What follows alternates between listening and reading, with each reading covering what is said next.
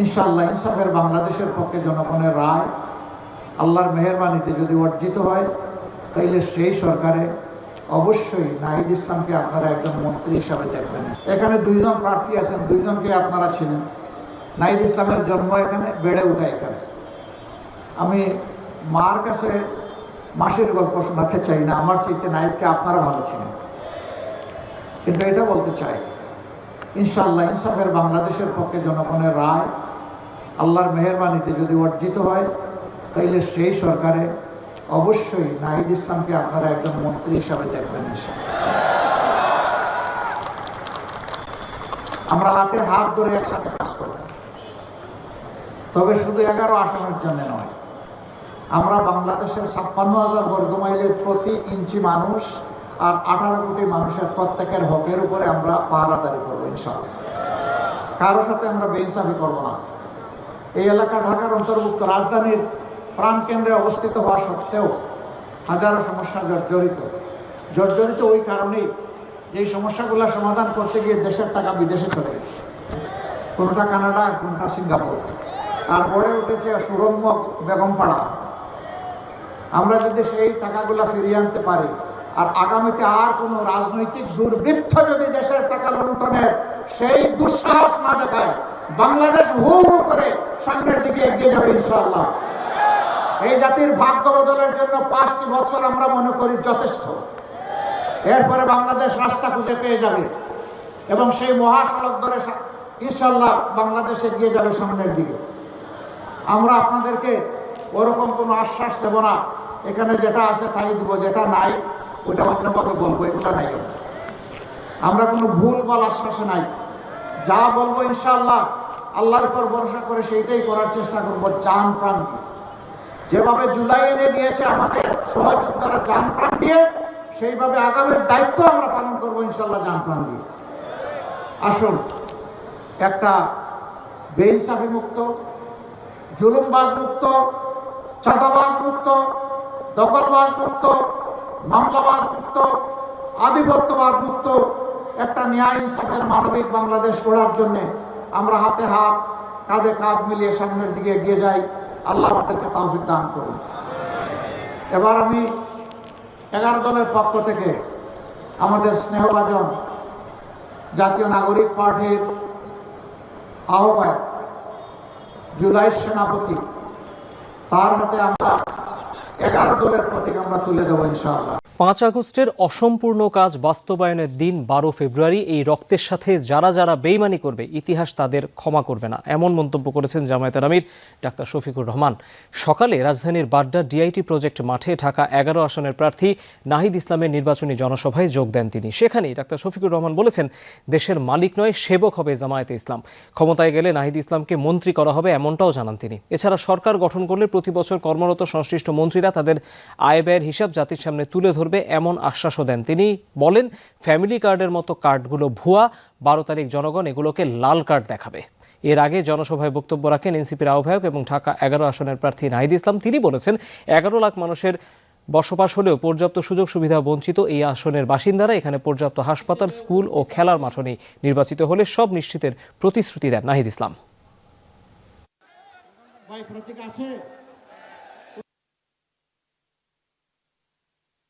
আপনারা যদি আমাকে এই নির্বাচনে সেই সুযোগ দেন, ইনশাআল্লাহ আমি আমার বাকি জীবন ধরে আপনাদের জন্য সেই ঋণ, আমি আমার দেশের, আমার মাটির জনগণের জন্য সেই ঋণ আমি পরিশোধ করতে চাই। 5 আগস্ট যে আকাঙ্ক্ষা নিয়ে রক্ত দিয়েছিল আমাদের সন্তানেরা, ভাইয়েরা, বোনেরা, শিশু, বৃদ্ধ, আবাল বনিতা, ওই রক্তের ঋণ পরিশোধ করার দিন হলো 12 তারিখ। এই রক্তের সাথে যারা বেইমানি করবে, ইতিহাস তাদেরকে ক্ষমা করবে না। রেইনবো অলরাউন্ডার এক্সটেরিয়র পেইন্ট, বাড়ির বাহিরের দেয়ালের সুরক্ষা নিয়ে থাকুন নিশ্চিন্ত, সাথে পাচ্ছেন 10 বছরের ওয়ারেন্টি। দর্শক, ঢাকার বেশ কয়েকটি স্থানে আজ জনসভা করবেন জামায়াতে ইসলামের নেতৃত্বাধীন 11 দলীয় ঐক্য। এরই মধ্যে শেষ হয়েছে বাড্ডার জনসভা। এই বিষয়ে আরও জানতে আমরা সরাসরি যাচ্ছি আমাদের সহকর্মী ফয়সাল মাহমুদের কাছে। ফয়সাল, জামায়াত আমিরের পরবর্তী কর্মসূচি কোথায় জানতে চাই, আর নেতারা কি বলছেন, ভোটারদের প্রতিক্রিয়া কেমন দেখতে পাচ্ছেন তাদের বক্তব্য শুনে? তৌহিদ, আজকে জামায়াত ইসলামের আমির ডাক্তার শফিকুর রহমানের বেশ কয়েকটি গণসংযোগ রয়েছে। মূলত তিনি যেখানে নির্বাচন করছেন ঢাকা 15 আসনে, সেখানে মূলত আজকে তিনি সময় ব্যয় করবেন, অর্থাৎ সেখানকার সেই এলাকার বাসিন্দাদের সাথে তিনি তাদের কাছে যাবেন, ভোট চাইবেন, কিংবা তাদের সাথে নির্বাচনের আগে দাঁড়িপাল্লা এবং গণভোটে হাঁ দেওয়ার জন্য মূলত তিনি আজকে তার এলাকার বাসিন্দাদের সাথে গণসংযোগ করবেন এবং সেখানে নাগরিকদের কাছে যাবেন। এর আগে মূলত আজকে সকালে কিছুক্ষণ আগেই এই ঢাকা 11 আসনে, যেখান থেকে এনসিপির আহ্বায়ক নাহিদ ইসলাম নির্বাচন করছেন, সেই আসনে মূলত জনসভা হয়েছে। সেখানে উপস্থিত ছিলেন জামায়াতের আমির ডাক্তার শফিকুর রহমান সহ 11 দলীয় জোটের যে অন্যান্য শরিকরা রয়েছেন, বাংলাদেশ খেলাফত মজলিসের আমির মাওলানা মামুনুল হক সহ অন্যান্য নেতৃবৃন্দরা উপস্থিত ছিলেন। এখানে জামায়াতের আমির বেশ বক্তব্য রেখেছেন এবং সেখানে তিনি আগামী দিনের কর্ম পরিকল্পনা নিয়ে কথা বলেছেন এবং এই এলাকার মানুষের যে সমস্যাগুলো রয়েছেন সেগুলোকে চিহ্নিত করে ভবিষ্যতে নির্বাচিত হতে পারলে 11 দলীয় ঐক্য জোট, তাহলে সেই সমস্যাগুলো সমাধানের কথা বলছেন। সেই সাথে আপনি যেমনটি বলছেন, এখান থেকেই কিন্তু তিনি বলেছেন যে গত 15 বছর যারা কোথাও ছিলেন না, অর্থাৎ যারা দেশের বাইরে ছিলেন, তারাই মূলত এই 24-এর পরবর্তী সময়ে দেশে ফিরে তারা মামলা বাণিজ্য, চাঁদাবাজি কিংবা এই অন্যায় অপরাধগুলো করছেন। তারা বলছেন আগামী 12 তারিখ চূড়ান্ত যে জাতীয় নির্বাচন, সেখানে যাতে এই চাঁদাবাজদেরকে প্রতিহত করে এবং দাঁড়িপাল্লা কিংবা 11 দলীয় জোটের যে সকল প্রার্থীরা রয়েছেন শাপলাকলি, তাদেরকে বিজয় করার মধ্য দিয়ে নতুন বাংলাদেশ বুঝে নেওয়ার আহ্বান জানিয়েছেন জামায়াতের আমির। এর পাশাপাশি তারা বলছেন, নাহিদ ইসলামের পক্ষ থেকে বলেছেন যে বিগত সময়ে যারা রাজনৈতিক স্বার্থে তারা বিরোধিতা করলেও তারা চাঁদাবাজি, মামলাবাজি কিংবা অবৈধ যে সকল কাজ কারবার ছিল, তারা মূলত ভিতরে ভিতরে এক থেকেই সেই ধরনের কাজগুলো করেছেন। তবে সেই জায়গায় জামায়াতের আমির স্পষ্ট বার্তা দিয়েছেন যে তারা নির্বাচিত হতে পারলে কোনো ধরনের অন্যায় অপরাধের সাথে আপোষ করবেন না। সেই জায়গায় সেই সাথে নাহিদ ইসলামকেও তিনি মন্ত্রিত্ব দেওয়ারও ঘোষণা দিয়েছেন এই ঢাকা 11 আসনের জনসভা থেকে। তো তৌহিদ, এখানে যেহেতু জনসভা কিছুক্ষণ আগেই শেষ হয়েছে, নেতাকর্মীরা ইতিমধ্যে এই জনসমাবেশ প্রাঙ্গণ শেষ করেছেন। আগামীতে আজকে বিকেলে জামায়াতের আমির তার নির্বাচনী আসনে প্রচারণা চালাবেন, সেখানে হয়তো তার যে পরবর্তী কর্মসূচিগুলো রয়েছে সেখানে অংশ নেবেন। নিঃসন্দেহে তখন আমরা আপনার কাছ থেকে আরো তথ্য জানবো। ফয়সাল, আপনাকে ধন্যবাদ।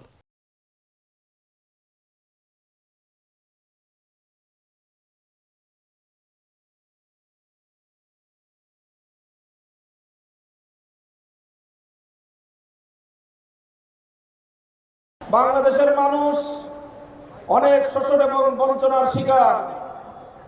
৭১-এর পূর্ব পর্যন্ত দীর্ঘ ২১৪ বছর এদেশের মানুষ শাসিত হয়েছে বিদেশি শাসকদের দ্বারা, তাই তারা শোষণের শিকার হয়েছে। ৭১-এর মহান মুক্তিযুদ্ধের মাধ্যমে অর্জিত বাংলার স্বাধীনতার পর এদেশের মানুষের এক বুক ভরা স্বপ্ন ছিল, আশা ছিল, এখন যেহেতু দেশি শাসকরা শাসন করবে, সুতরাং আমরা আর বৈষম্যের শিকার হব না। কিন্তু দীর্ঘ 54 বছরের পর বাংলাদেশের মানুষ যখন তাদের প্রাপ্তি এবং তাদের চাওয়া পাওয়ার হিসাব মেলাতে যায়, নে 2 বেলা খাবি ফ্যান্টাস্টিক নিমো খালাল সল্টেড বিস্কুট, তখন তারা কি পায়? তারা দেখে যে শাসকের গায়ের চামড়ার রং পরিবর্তন হয়েছে, শাসকের জাতের পরিবর্তন হয়েছে, শাসকের ভাষার পরিবর্তন হয়েছে, কিন্তু বাংলার মানুষের ভাগ্য নিয়ে ছিনিমিনি খেলা, বাংলার মানুষের অধিকার ছিনতাই করবার শোষণের কোনো পরিবর্তন হয় নাই। শুধু এতটুকু পার্থক্য হয়েছে, আগে স্বাধীনতার আগে শাসকরা বাংলাদেশ থেকে শোষণ করে নিজেদের দেশে আমাদের সম্পদ লুটপাট করে নিয়ে যেত, আর স্বাধীনতার পর থেকে শুরু হলো আমাদের দেশীয় শাসকরা এদেশের জনগণের সম্পদ লুটপাট করে বিদেশে পাচার করে। সেই হিসেবে যারা আমার দেশ থেকে লুটপাট করে নিজেদের দেশে নিয়ে যেত, তাদের তুলনায় যারা আমার দেশের সম্পদ লুটপাট করে বিদেশে বেগম পাড়া করেছে,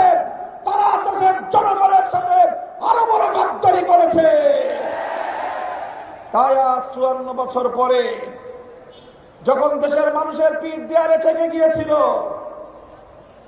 আর কেউ কেউ শুধুমাত্র বাংলাদেশের মানুষকে ঈদের কথা শোনাতো, বলতো ঈদ আসবে, ঈদ আসবে, ঈদ আসবে, আন্দোলন হবে। 17 বছর, প্রায় 15 বছর পর্যন্ত বাংলাদেশের ভাগ্যাকাশে আর ঈদের চাঁদ উঠল না। মানুষের পিঠ দেয়ালে ঠেকে গেল।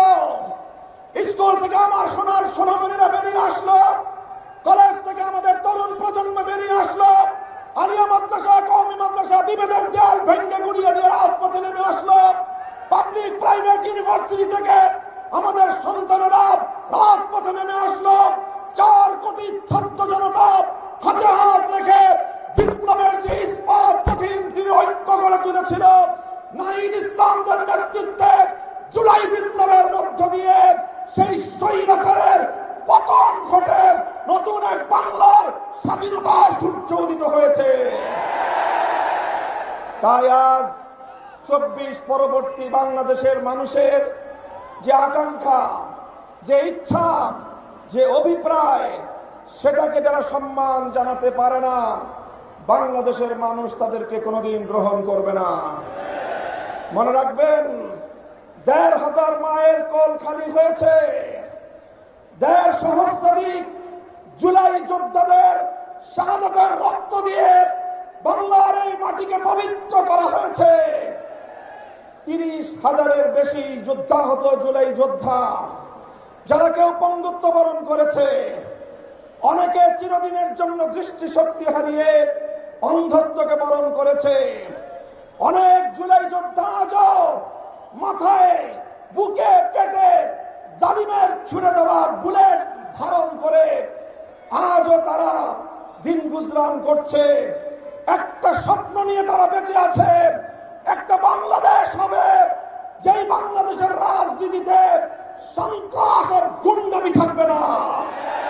একটা বাংলাদেশ হবে যেই বাংলাদেশের রাজনীতিবিদরা দেশের মানুষের তিল তিল করে কষ্টার্জিত সম্পদ দিয়ে গড়ে ওঠা বাংলাদেশের জাতীয় কোষাগার শূন্য করে তারা লুটপাট আর দুর্নীতির রাজনীতি করবে না। তাই আজ বাংলাদেশের মানুষ এদেশের বিগত দিনের রাজনীতির কাঁধে সওয়ার হওয়া এই 2 ভূতকে বিতরণ করার জন্য আজ ঐক্যবদ্ধ হয়েছে। 1 নম্বর ভূত হলো বাংলাদেশের রাজনীতি থেকে গুন্ডামি আর সন্ত্রাসকে ঝেঁটিয়ে বিদায় করতে হবে। 2 নম্বর ভূত হলো বাংলাদেশের রাজনীতি থেকে লুটপাট আর দুর্নীতিকে চিরতরে বিদায় করতে হবে ইনশাআল্লাহ। তাই জুলাই বিপ্লবের মধ্য দিয়ে যে নতুন বাংলাদেশের যাত্রা শুরু হয়েছে, নাহিদ ইসলামরা জীবনকে ঝুঁকির মুখে ফেলে জালিমের বুলেটের সামনে আবু সাইদ মুগ্ধরা সিনাতন করে দিয়ে যে বিপ্লবের সূচনা করেছিল ডক্টর শফিকুর রহমান সাহেবের নেতৃত্বে 11 দলীয় নির্বাচনী ঐক্যজোট আগামী 12 ফেব্রুয়ারি ব্যালট বিপ্লবের মাধ্যমে সোনার বাংলাদেশ গড়ে তুলবে ইনশাআল্লাহ। আমরা আখেরি কথা, আমার শেষ পয়গাম, জুলাই সনদ, জুলাই বিপ্লবের প্রশ্নে কোন নমনীয়তার সুযোগ নাই, আপোষের সুযোগ নাই। গণভোটে হা না না হা, হা না না হা, এই নাটকের অবসান ঘটাতে হবে। যারা হা না না হা করতেছেন, আপনারা 1,500 শহীদের রক্তের সঙ্গে গাদ্দারি করেছেন। 30,000 যুদ্ধাহত জুলাই যোদ্ধাদের সঙ্গে বিশ্বাসঘাতকতা করেছেন। শহীদদের রক্তকে যারা সম্মান জানাতে পারে না, যুদ্ধাহত জুলাই যোদ্ধাদেরকে আজও যারা সম্মান করতে পারে না যথাযথভাবে, দেশের জনগণের ভাগ্য তাদের হাতে নিরাপদ নয়। তাই গণভোটে নির্ভীক চিত্তে, অকুণ্ঠ চিত্তে, স্বতঃস্ফূর্তভাবে গোটা বাংলাকে হা ব্যালট নিরঙ্কুশ ভাবে বিজয়ী করতে হবে ইনশাআল্লাহ। আর ঢাকা 11 আসন থেকে বিপ্লবের মহানায়ক নাহিদ ইসলামকে জাতীয় সংসদে প্রতিনিধিত্বের জন্য নির্বাচন করে বাংলার মানুষের পক্ষ থেকে ঢাকা 11 আসনের জনগণ ভোটাররা আপনারা জুলাই বিপ্লবীদের প্রতি বাংলাদেশের মানুষের যে দায়, সেই দায়ের ঋণ কিছুটা শোধ করার চেষ্টা করবেন ইনশাআল্লাহ। আমি যদি ঢাকা 11 আসনের ভোটার হতাম, শাপলাকলিতে নাহিদ ইসলামকে আমি ভোট দিতাম। আপনারা যারা ভোটার আছেন, এটা আপনাদের পবিত্র আমানতের দায়িত্ব। বিপ্লবের সঙ্গে গাদ্দারি করবেন না। যারা জুলাই বিপ্লবের সবচেয়ে বড় বেনিফিশিয়ারি, আপনারা 1.5 বছরের মাথায় এসে সেই জুলাইয়ের স্পিরিটকে ধারণ করতে ব্যর্থ হয়েছেন। এটা আপনাদের রাজনীতির ইতিহাসের চরম ব্যর্থতা, কলঙ্কজনক অধ্যায়। ইনশাআল্লাহ আগামী 12 ফেব্রুয়ারি 11 আসনে 11 দলীয় নির্বাচনী ঐক্যের শাপলাকলি বিপুল ভোটে বিজয়ী হবে ইনশাআল্লাহ। ইনকিলাব ইনকিলাব, গোলামি না আজাদি, আজাদির মার্কা, আজাদির মার্কা, ইনকিলাবের মার্কা। নাসরুম মিনাল্লাহি ওয়া ফাতহুন করিব। আল্লাহর সাহায্য সমাগত, আমাদের বিজয় অবশ্যম্ভাবী ইনশাআল্লাহ। আসসালামু আলাইকুম ওয়া রাহমাতুল্লাহ।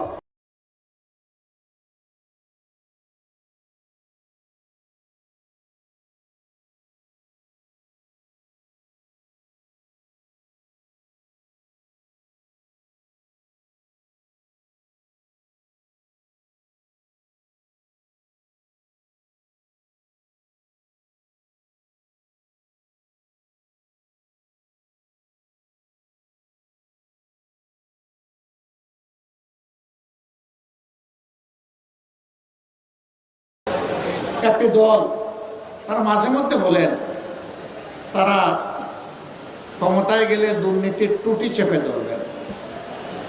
ভালো কথা। Charity always starts from home. ভালো কাজ নিজের ঘর থেকে শুরু করা লাগে। তাইলে যে 59 জন ভয়াবহ ঋণ খেলাপি, ঋণ ব্যাংক ডাকাত, এদেরকে আপনারা মনোনয়ন দিলেন কেন? এদেরকে বগলের নিচে আশ্রয় দিয়ে এমপি বানিয়ে আপনারা করবেন দুর্নীতি দমন। এগুলা শুনলে পেঁচায়ও হাসবে। জনগণ এগুলো বুঝে। প্রিয় সম্মানিত ঢাকা 11বাসী, বারবার 12 তারিখ ফিরে আসবে না।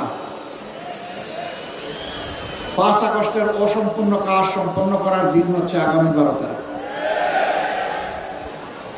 5 আগস্ট যে আকাঙ্ক্ষা নিয়ে রক্ত দিয়েছিল আমাদের সন্তানেরা, ভাইয়েরা, বোনেরা, শিশু, বৃদ্ধ, আবাল বনিতা, ওই রক্তের ঋণ পরিশোধ করার দিন হলো 12 তারিখ।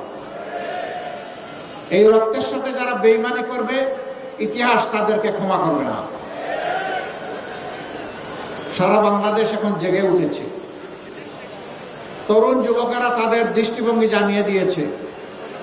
তারা বলে দিয়েছে আমরা পুরোনো বন্দোবস্তে আর নাই, বাস্তবতা রাজনীতি আর ফিরিয়ে আনতে চাই না। নতুন বাংলাদেশ আমরা দেখতে চাই। বাংলাদেশের নতুন রাজনীতির উত্থান চাই। ইতিমধ্যে এই রায় যুব সমাজ দিয়ে দিয়েছে। এখন জনগণের দায়িত্ব, আগামী 12 তারিখ জনগণ ইনশাআল্লাহ সেই রায় দেবে। জনগণ দুর্নীতিকে লাল কার্ড দেখাবে, জনগণ চাঁদাবাজদেরকে লাল কার্ড দেখাবে, জনগণ মামলাবাজদেরকে লাল কার্ড দেখাবে, জনগণ দখলদারদেরকে লাল কার্ড দেখাবে, জনগণ আধিপত্যবাদের গুলামদেরকে লাল কার্ড দেখাবে।